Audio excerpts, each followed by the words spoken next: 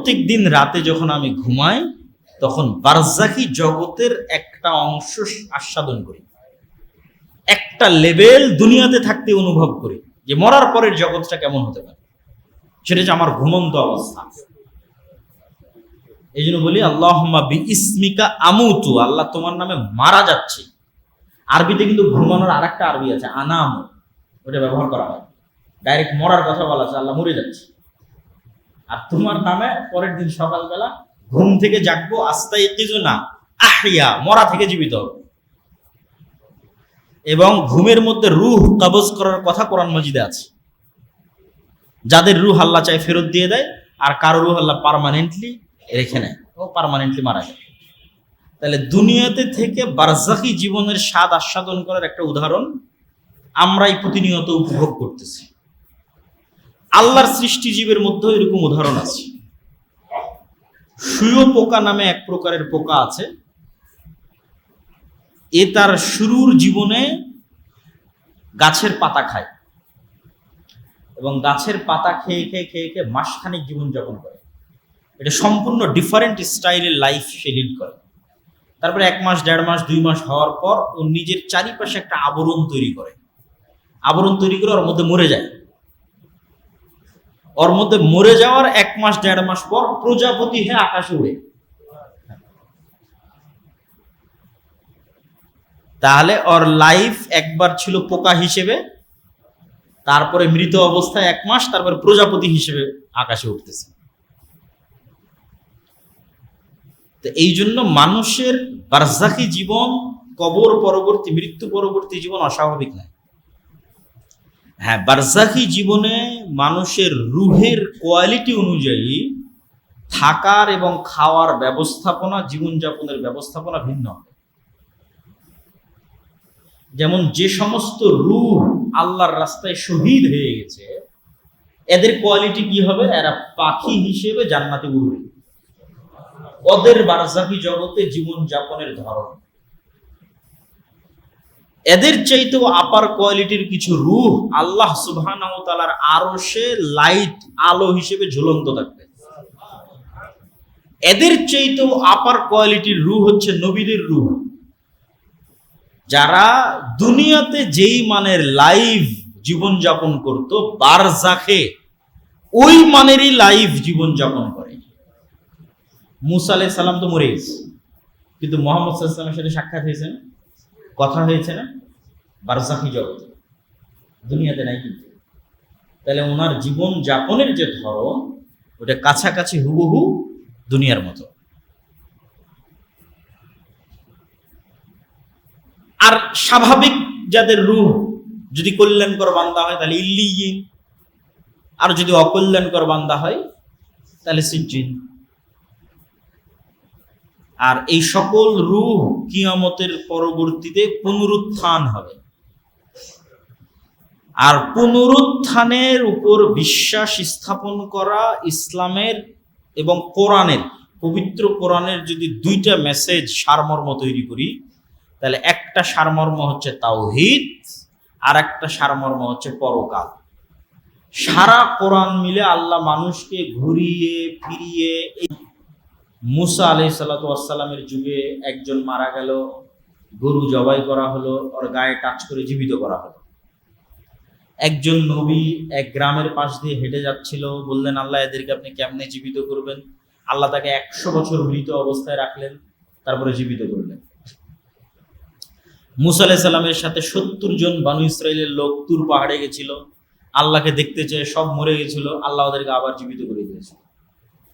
তো মরার পরে জীবিত হওয়ার ঘটনা দুনিয়াতে অসংখ্যবার ঘটেছে, এবং সর্বশেষ বানু ইসরাইলের যিনি শেষ নবী ঈসা আলাইহিস সালাম, তার হাতে আল্লাহ এটাকে ডাল ভাত বানিয়ে দিয়েছিলেন।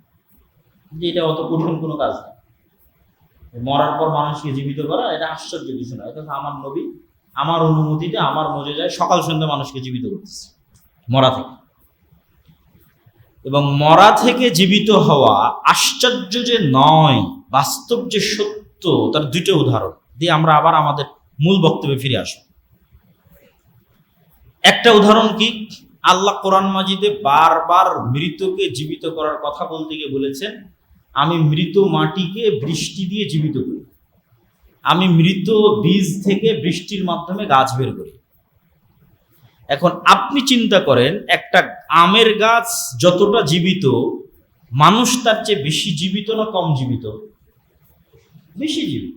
আমের গাছ তো হাঁটতে পারে না, চলতে পারে না, মানুষ তো হাঁটছে, আমের গাছ তো কথা বলতে পারে না, মানুষ তো কথা বলতেছে। তাহলে জীবনের আলামত আমের মধ্যে বেশি আছে না মানুষের মধ্যে বেশি আছে? মানুষের মধ্যে বেশি আছে। এবার ওই আমের গাছ থেকে যে আম তৈরি হলো, ওই আমের যে বিচি, ও বেশি জীবিত না মানুষের যে মেরুদণ্ড এ বেশি জীবিত? মানুষের মেরুদণ্ড বেশি জীবিত। কেন? এটা জীবিত মানুষের মেরুদণ্ড, যে লাইফ পৃথিবীতে চলাফেরা করতেছে, কথা বলতেছে, যার জ্ঞান আছে, আর ওদের একটা স্থবির জড় পদার্থ। ওই জড় পদার্থের একটা মৃত বিচি, ওই মৃত বিচি যখন মাটিতে পড়তেছে, ওর মধ্যে থেকে আর একটা জীবিত গাছ বের হয়ে যাচ্ছে। আল্লাহ! তাহলে ওই মৃত বিচি থেকে গাছ বের হওয়া বেশি আশ্চর্য না মানুষের মতো জীবন্ত মানুষের মেরুদণ্ডের হাড্ডি থেকে আবারও মানুষ বের হবে মাটির মধ্যে থেকে? কোনটা বেশি আশ্চর্য? আমেরটা বেশি আশ্চর্য। বুঝাতে পারিনি মনে হয়? আমেরটা বেশি আশ্চর্য, আমারটা আশ্চর্য নয়। ও তো কম জীবিত, ওর মধ্যে থেকে আবার আল্লাহ আর একটা জীবিত গাছ তৈরি করে দিচ্ছে। আমি তো এমনি জীবিত, আমার মধ্যে আরো সহজ ব্যাপার। এই জন্য আল্লাহ ওই উদাহরণ বারবার দেয়। আর আল্লাহর জন্য আরো কেন সহজ মানুষকে মাটি থেকে তৈরি করা? এই জন্য আরো বেশি সহজ যে মানুষ পৃথিবীতে বেঁচে থাকতে যত রকমের ভিটামিন, প্রোটিন, মিনারেল, পুষ্টি, যা খাবার মানুষ বেঁচে থাকতে গ্রহণ করে, তার প্রত্যেকটা খাবারের মধ্যে যত রকমের ভিটামিন, মিনারেল, প্রোটিন আছে সব মাটি থেকে আসে, সব মাটি থেকে আসে। এখন আমার ম্যাগনেসিয়াম দরকার, তো ম্যাগনেসিয়াম আসলে মাটির মধ্যে আছে, কিন্তু ডাইরেক্ট নিতে পারবো না। তখন কলার গাছ লাগানো হয়েছে, তারপরে ওখান থেকে কলা হয়েছে, ওই কলার মধ্যে ম্যাগনেসিয়াম মাটি থেকে নিয়েছে কলা, ওই কলা আমি খাচ্ছি, আমার শরীরে ম্যাগনেসিয়াম ঢুকতেছে। তাহলে আমার শরীরের মধ্যে ম্যাগনেসিয়াম ঢোকার কারণে যদি আমার শরীরে কোষ তৈরি হয়, তাহলে ওই ম্যাগনেসিয়াম তো মাটির মধ্যেই আছে, ওখানে কেন কোষ তৈরি হবে না? কেন হবে না? আমি তো ওই মাটির ম্যাগনেসিয়ামই কলা দিয়ে আমার শরীরের মধ্যে নিচ্ছি, দিয়ে আমার শরীরে নতুন কোষ তৈরি হচ্ছে। এই ম্যাগনেসিয়াম তো মাটির মধ্যে আছে, তাহলে কেন মাটিতে কোষ তৈরি হবে না? মানুষের পুরো শরীরটাই মাটি থেকে নেওয়া ভিটামিন, প্রোটিন, মিনারেল, ম্যাগনেসিয়াম দিয়ে তৈরি। তাহলে আরো বেশি কোষ তৈরি হবে মাটিতে, মানে মাটির মধ্যে থেকে তরতর তরতর করে মানুষ বের হয়ে উঠবে। ওর মধ্যে সব আছে, ওখান থেকে নিয়ে আমি বেঁচে আছি।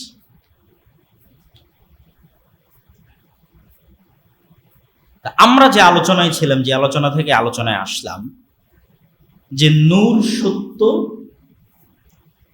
এবং নূর বাস্তব, যদিও আমরা আমাদের এই সচক্ষে দেখতে না পাই, কিন্তু এটার উপর ঈমান রাখতে হবে। আর এই নূরের পৃথিবীতে, বর্তমান পৃথিবীতে একমাত্র উৎস কি? একমাত্র উৎস হচ্ছে কোরআন, কোরআন হাদিস।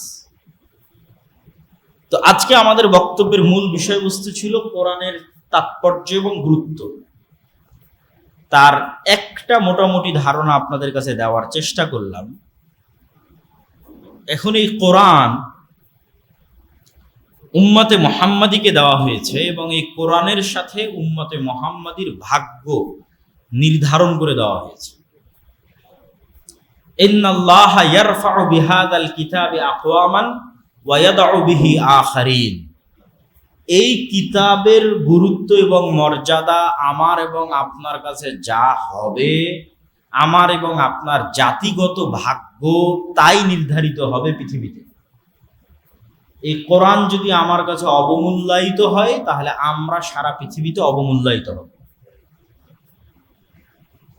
আপনি আমাদের ভাগ্য বুঝতে পারবেন কোরআনের মূল্য দেখে, অথবা আমাদের অবস্থা দেখে বুঝতে পারবেন আমাদের কাছে কোরআনের মূল্য। তথা রোহিঙ্গাদের গুরুত্ব মায়ানমারের কাছে যা, গাজার ফিলিস্তিনের মানুষের গুরুত্ব ইসরায়েলের কাছে তা, এইটা আসলে কোরআনের গুরুত্ব মুসলমানের কাছে। কোরআনের গুরুত্ব ওই জায়গায় চলে গেছে, এই জন্য জাতিগতভাবে আমার গুরুত্ব ওই জায়গায় চলে গেছে। এবং এইটার বাস্তব উদাহরণ যদি দেখতে চান, তাহলে এই যে রানিং যে বিশ্বকাপ চলতেছে এটার মধ্যে দেখতে পাবেন। আল্লাহ সুবহানাহু ওয়া তাআলা কোরআন মাজিদের একটা আয়াতে বলতেছেন, সূরা বাকারার মধ্যে, ওয়া মিনান নাসি মান ইয়াত্তাখিযু মিন দুনিল্লাহি আনদাদা ইউহিব্বুনাহুম কাহুব্বিল্লাহ। মানুষের মধ্যে এমনও কিছু মানুষ আছে যারা অন্য আরেক মানুষকে এইভাবে ভালোবাসে যেভাবে আল্লাহকে ভালোবাসা উচিত। মানুষের মধ্যে এমনও মানুষ আছে যারা অন্য মানুষকে ওইভাবে ভালোবাসে যেভাবে কাকে ভালোবাসা উচিত? আল্লাহকে ভালোবাসা। ওয়াল্লাযীনা আমানু আশাদ্দু হুব্বান লিল্লাহ, তবে যাদের অন্তরে ঈমানের নূর আছে এরা সবচেয়ে বেশি ভালোবাসে কাকে? আল্লাহ সুবহানাহু ওয়া তাআলা। ওয়ালাউ ইয়ারাল্লাযীনা যালামু ইয ইয়ারাউনাল আযাবা আন্নাল কুওয়াতা লিল্লাহি জামিআ। আওয়াজ বেশি হয়ে গেল, তো এখানে কষ্ট হবে তো শুনতে। আন্নাল কুওয়াতা লিল্লাহি জামিআ, যেই দিন জালেমরা দেখবে যে সকল ক্ষমতার মালিক তো আল্লাহ, সকল ইজ্জতের মালিক তো আল্লাহ, যেদিন এই দৃশ্য প্রকাশ পেয়ে যাবে, এক নাম্বার। দুই নাম্বার আর কি প্রকাশ পাবে? ইজ তাবাররা আল্লাযীনা তুবিউ মিনাল্লাযীনা ইত্তাবাউ ওয়া রাআউল আযাবা ওয়া তাকাত্তাআত বিহিমুল আসবাব। এরা দুনিয়াতে যাদের ফ্যান ফলোয়ার ছিল, ওই সমস্ত ভাইরাল জনপ্রিয় ব্যক্তিত্ব পার্সোনালিটিরা কিয়ামতের মাঠে এদের থেকে সম্পর্ক ছিন্ন করে দেবে। আমি তো চিনি না এরা কারা, আমি তো এদেরকে বলিনি আমার অনুসরণ করতে, কেন কিয়ামতের মাঠের ভয়াবহতায় এটা করবে। তাহলে দুটো জিনিস ঘটলো, এক, কিয়ামতে দেখতেছে সব শক্তি ক্ষমতা আল্লাহ। দুই নম্বর কি দেখতেছে? ও যার ভক্তি এবং শ্রদ্ধা করত সে বলতেছে আমি তো চিনি না তুমি কে। তখন এবার এই সমস্ত ফ্যান ফলোয়ারেরা বলবে, وقال الذين اتبعوا لو أن لنا كرة فنتبرأ منهم كما تبرؤوا منا। যদি আল্লাহ আর একবার পৃথিবীতে যাওয়ার সুযোগ দিত, তাহলে আজকে কিয়ামতের মাঠে ওরা যেভাবে আমাদের থেকে সম্পর্ক ছিন্ন করলো, দুনিয়াতে ফিরে গিয়ে এদের থেকে আমরা ওইভাবে সম্পর্ক ছিন্ন করতাম যে তোদেরকে আমরা চিনি না, তোরা কারা। কিন্তু তখন তো আর পৃথিবীতে ফিরে আসার সুযোগ নেই। তাহলে কোন মুসলিম যুবক, কোন মুসলিম তরুণের অন্য কোনো ব্যক্তি আল্লাহ এবং আল্লাহ রাসূল ছাড়া অন্য কোনো ব্যক্তির প্রতি মাত্রাতিরিক্ত ভালোবাসা শুধুমাত্র খেলার কারণে, এইটার প্রমাণ বহন করে যে আমাদের সমাজে কোরআন কোন জায়গায় আছে। আমরা কোরআনের শিক্ষা মানুষের অন্তরে কি পর্যন্ত নিয়ে যেতে পেরেছি। জাতিগতভাবে কোরআন অমান্য করলে আযাবের শিকার হতে হবে। আল্লাহ অতীতে সকল কিতাব অমান্যকারী জাতিকে আযাব দিয়েছে। উম্মতে মুহাম্মাদির আযাব কি? আল্লাহ একই স্টাইলের আযাব বারবার দিয়েছেন এরকম নজির পাওয়া যায় না, খুব কম। যেমন নূহ আলাইহিস সালামের কওমকে বন্যায় ডুবিয়ে মেরেছে, পরে আদ, সামুদ এদের কওমকে কিন্তু আর বন্যায় ডুবানো হয়নি। তাহলে আদ সামুদের কওমকে কিভাবে ধ্বংস করেছে? কাউকে বিকট আওয়াজ দিয়ে আর কাউকে বিশাল ঝড়ো বাতাস দিয়ে। আসহাবুল ফিলকে কিভাবে ধ্বংস করেছে? আকাশ থেকে পাথর বর্ষণ করে। কওমে লুতকে কিভাবে ধ্বংস করেছে? পৃথিবী উল্টিয়ে। এই মাইকে আওয়াজ হচ্ছে না? হ্যাঁ, তাহলে কি এটা অন করা নাই নাকি?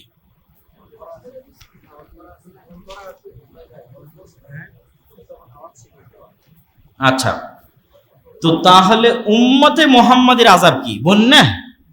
উম্মতে মুহাম্মাদের আযাব কি? শহর উল্টে যাওয়া, ভূমিধস, ভূমিকম্প? না, উম্মতে মুহাম্মাদের আযাবের ধরন ভিন্ন। সেটা কি?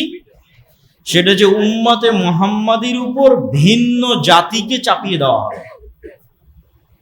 ফিলিস্তিনে, মায়ানমারে, বাংলাদেশেও ঘটতে পারে, বাগদাদে হালাকুখা চেঙ্গিস খানের সময় ঘটেছিল, স্পেনে ঘটেছে। ভিন্ন জাতি ওদের উপর শাসক হয়ে যাবে এবং ওদেরকে কচুকাটা করবে। এইটা হলো উম্মতে মুহাম্মাদির কোরআন পরিত্যাগ করার শাস্তি, জাতিগত আযাব। উম্মতে মুহাম্মাদির জাতিগত আযাব বন্যা নয়, ভূমিকম্প নয়, ভূমিধস নয়, ঝড় নয়, বিকট আওয়াজ নয়। উম্মতে মুহাম্মাদির আযাব হচ্ছে ভিন্ন জাতি তাদেরকে শাসন করবে। তাহলে আল্লাহ সুবহানাহু ওয়া তাআলার আযাব থেকে বাঁচতে চাইলে, জান্নাতে যেতে চাইলে, নূর অর্জন করতে চাইলে আমাদের প্রথম রাস্তা হচ্ছে কোরআনের কাছে ফিরে আসা।